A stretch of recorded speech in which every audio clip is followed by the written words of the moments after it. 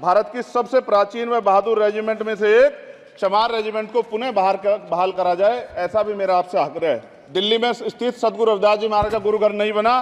साथ साथ सभापति जी, अपनी बात को खत्म करते हुए मैं आपसे कहना चाहता हूं कि जितना देश दूसरों का है सर, इतना हमारा भी है। हम मरने के लिए पैदा नहीं हुए, जो चाहता है हमारी हत्या कर देता है। मूछें रखने पे, घोड़ी पे बैठने पे, मटकी छूने पे हमारी हत्या हो रही है। क्या बदला है सर? 70 साल बाद भी दलित पिछड़े मुसलमानों पे हिंसा नहीं रुक रही है सर। मेरा आपसे संरक्षण के साथ ये आग्रह है कि इन घटनाओं को रोका जाए और देश किसी की बपोती नहीं है। देश संविधान से चलता है सर, और संविधान से चलेगा। संविधान छेड़खानी बर्दाश्त नहीं की जाएगी सर। माननीय सभापति जी, मैं पहली बार बोल रहा हूँ, आप कहेंगे मैं बैठ जाऊंगा, मैं आपकी बात, मैं संवैधानिक मर्यादा का पालन करूंगा, मगर हम तो माननीय सभापति जी सुन ही रहे हैं। आप बोलिए, 1 मिनट। धन्यवाद, धन्यवाद। 1 मिनट और बोलिए। धन्यवाद। श्री चंद्रशेखर जी।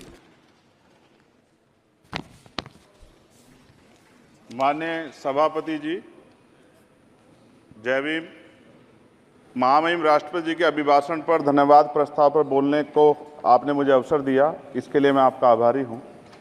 सभापति महोदय, सर्वप्रथम मैं बहुजन समाज में जन्मे सभी संतों, गुरुओं, महान पुरुषों को नमन करता हूं, जिनमें महात्मा ज्योतिबा फूले, डॉक्टर बाबा साहब अम्बेडकर और मान्यवर काशीराम साहब को मैं याद भी करता हूं आज के दिन पर।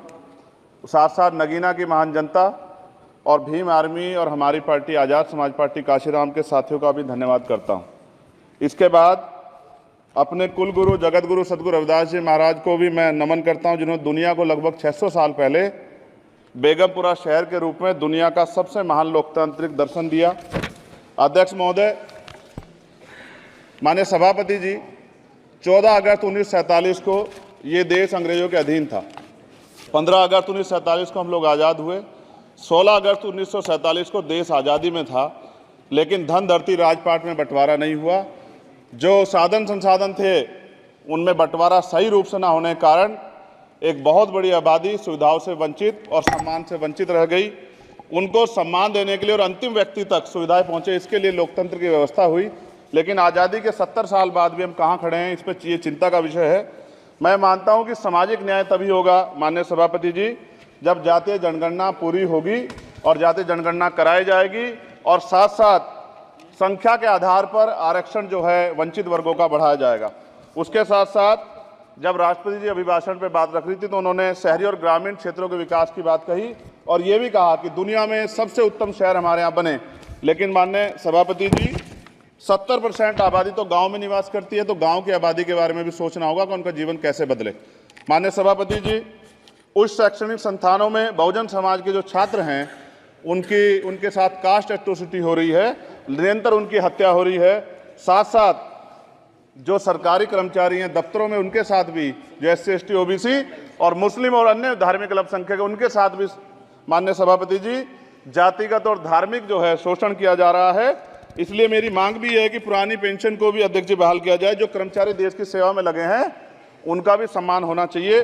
साथ साथ सभापति जी, भाजपा ने चुनावी लाभ के लिए सबका साथ सबका विकास के नारे दिए जो खोखले हैं, क्योंकि 10 साल में दलित, पिछड़े, आदिवासी, मुस्लिम और अन्य धार्मिक अल्पसंख्यक जो अत्याचार हुए हैं वो किससे छिपे हुए नहीं हैं। ये गलत है, ये बंद होना चाहिए। सभापति महोदय जी, महामहिम राष्ट्रपति जी के अभिभाषण में निजी क्षेत्रों में SC ST OBC को रिजर्वेशन देने का कोई उल्लेख नहीं हुआ है, जो कि आज चर्चा का विषय, क्योंकि 98% प्राइवेट सेक्टर है, 2% सरकारी सेक्टर है, तो 98% प्राइवेट सेक्टर में भी हमारी हिस्सेदारी की बात होनी चाहिए। माननीय सभापति जी, आशा कार्यकर्ताओं, आंगनबाड़ी वर्करों, भोजन माताओं के वेतन वृद्धि पे भी कोई उल्लेख नहीं हुआ है, वो भी अभी नंगे, उन पर भी सोचना पड़ेगा। माननीय सभापति जी, जिस क्षेत्र से मैं चुन के आऊँ नगीना से, वो बहुत पिछड़ा क्षेत्र है। उस क्षेत्र में कोई विशेष आर्थिक पैकेज नहीं दिया गया, रोजगार की सेवाएं नहीं है, नौजवान पलायन करता है। IIT, IIM, एम्स, केंद्रीय विद्यालय आदि शिक्षा में और चिकित्सा संस्थानों की स्थापना होनी चाहिए, जो कि नहीं है। और माननीय सभापति जी, मानसून सत्र आ गया है, मेरा क्षेत्र बाढ़ से बहुत प्रभावित है, इसलिए मैं आपसे आग्रह करूंगा कि वहां के लोगों को बाढ़ से निजात दिलाई जाए। माननीय सभापति जी, चीन हमें आंख दिखा रहा है और लगातार हमारे देश की सीमाओं में घुसपैठ कर रहा है, इसलिए अग्निवीर योजना को हटाकर पुनः सेना भर्ती शुरू की जाए और साथ साथ भारत की सबसे प्राचीन व बहादुर रेजिमेंट में से एक चमार रेजिमेंट को पुनः बहाल करा जाए, ऐसा भी मेरा आपसे आग्रह है।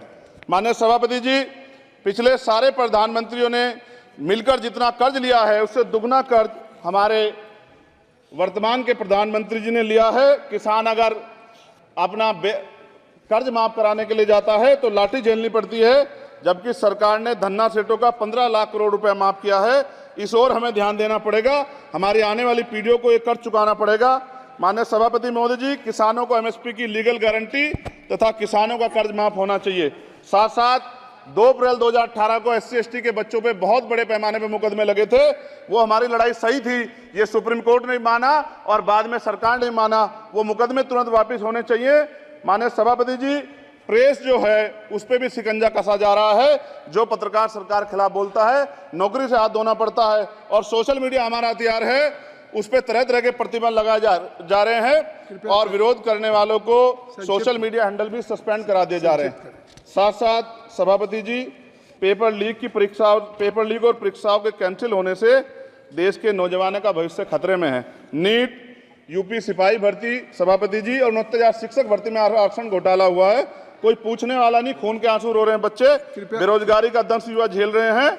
इसलिए मेरा आग्रह है कि युवाओं के लिए कृपया समाप्त करें चंद्रशेखर जी। माननीय सभापति जी, मैं पहली बार बोल रहा हूं, आप कहेंगे मैं बैठ जाऊंगा, मैं आपकी बात, मैं संवैधानिक मर्यादा का पालन करूंगा, मगर हम तो माननीय सभापति जी सुन ही रहे हैं। आप बोलिए, 1 मिनट। धन्यवाद, धन्यवाद। 1 मिनट और बोलिए। अध्यक्ष सभापति जी, नारी सम्मान की बात करने वाली सरकार, हमने मणिपुर देखा सर, हमने पहलवान बेटियों का हर्ष देखा सर, और हमने सर हाथरस की बेटी का हर्ष देखा सर, और हाथरस के परिवार को जो वादा किया था सरकार ने वो भी पूरा नहीं किया। और महिलाओं में भी, स्पेशली दलित, पिछड़े और मुस्लिम वर्ग की, आदिवासी वर्ग की महिलाओं के साथ आज भी NCRB का डाटा कहता है सर जो जुल्म हो रहा है वो सहनीय नहीं है सर। साथ साथ कोविड में तैरती, हमने कोविड में बहुत सुना सर, कोविड में तैरती लाशें भी गंगा में हमने देखी है सर, और मजदूरों का हाल भी हमने देखा है। सभापति जी, बस सब समाप्त कर रहा हूं। नोटबंदी पे छोटे मजले उद्योग की जो कमर टूटी वो भी हमने देखी है। सभापति जी, शैक्षणिक संस्थानों, विश्वविद्यालयों में, चिकित्सा संस्थानों में OBC ST के योग्य अभ्यर्थी को NFS करके जिस तरह निकाला जा रहा है, लेटरल एंट्री करके जिस तरह हमारे रास्ते बंद किए जा रहे, ये भी हम देख रहे हैं सभापति जी। साथ साथ मेरा ये कहना है सर, ये सबका इशू है कि प्राइवेट कर्मचारी सर और सरकारी भी कई जगह पे 8 से ज्यादा घंटों से काम करते हैं, और उनको जो सर उचित वेतन भी नहीं मिलता, तो न्यूनतम वेतन 20,000 रुपए तय हो और 24 घंटे की ड्यूटी। उदाहरण के तौर पे यूपी पुलिस सर बहुत पूरा काम करते हैं वो लोग, वो राज्य के विषय हैं। आप सर मैं आपके राज्य सरकार के लिए भी आपके संज्ञान में डाल रहा हूँ विषय सर, पुलिस सब जगह है सर, लेकिन सवाल ये है सर, बहुत पसीना बातें हैं, 8 घंटे की ड्यूटी और वेतन विसंगति, वोटर स्कीम से उनको जो बाहर किया जाए।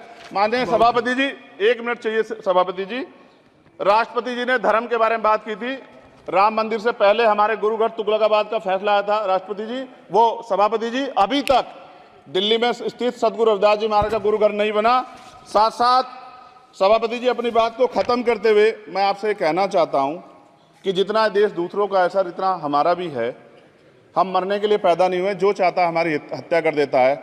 मूछें रखने पे, घोड़ी पे बैठने पे, मटकी छूने पे हमारी हत्या हो रही है। क्या बदला है सर 70 साल बाद भी?